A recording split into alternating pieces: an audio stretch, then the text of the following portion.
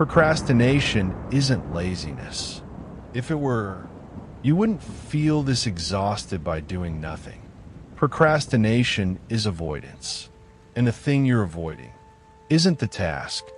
For years, procrastination has been treated like a character flaw. People say things like, "I'm just lazy. I don't have discipline. I lack motivation." But think about this carefully. Lazy people don't feel guilt. They don't feel tension. They don't feel internal conflict. You do, which means something else is happening. You sit down to work. You open the laptop. You tell yourself, just start.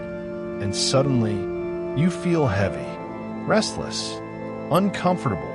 So you delay, not because you can't do the work, but because starting makes you feel something you don't want to feel. Procrastination is not the avoidance of work. It is the avoidance of emotion.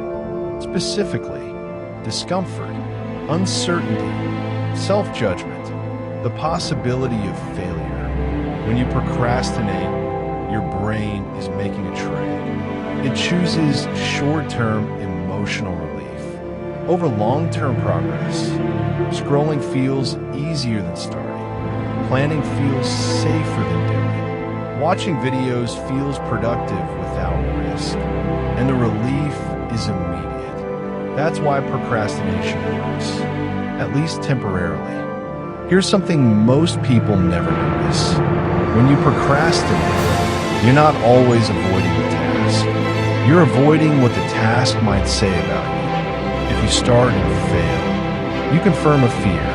If you start and struggle, you expose limitation.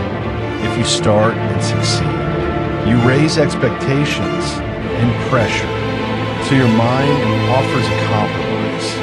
It says, let's think more, let's plan, let's wait until we're ready. Thinking feels intelligent. Action feels vulnerable. So thinking becomes a hiding place. Procrastination protects identity. As long as you haven't tried, you can still believe a comforting story about yourself. I could do this if I wanted. I'm capable, just not right now. I'll be better when conditions improve. These stories keep self-image intact. Action threatens them. Because once you act, there's feedback. And feedback is dangerous to an ego that depends on potential instead of proof. When people realize they procrastinate, they usually respond with pressure. They try to scare themselves, shame themselves, force discipline.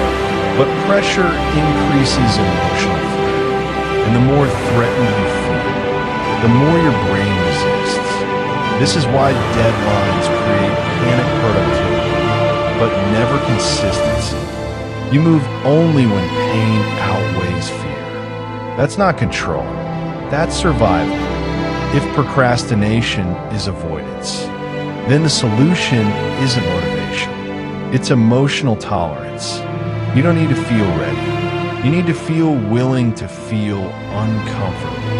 That's the shift. Not, how do I force myself to work? But, what emotion am I avoiding right now? Once you identify that emotion, it loses some of its power. Avoidance thrives in vagueness. Clarity weakens it. You don't break procrastination by doing everything. You break it by interrupting the pattern. Not big action, honest action. Instead of asking, can I do this for hours? Ask, can I tolerate this feeling for 1 minute? 1 minute of discomfort rewires more than 1 hour of planning. Action doesn't remove fear. It teaches your brain that fear is survivable. Every time you procrastinate, your brain learns something. It learns that avoidance works. It learns that relief matters more than progress. It learns that delay is acceptable. And slowly, this becomes default behavior. Not because you're weak, but because the brain repeats what works. Until you interrupt it. Procrastination isn't laziness. It's self-protection. And once you understand what you're protecting yourself from, you stop fighting yourself blind.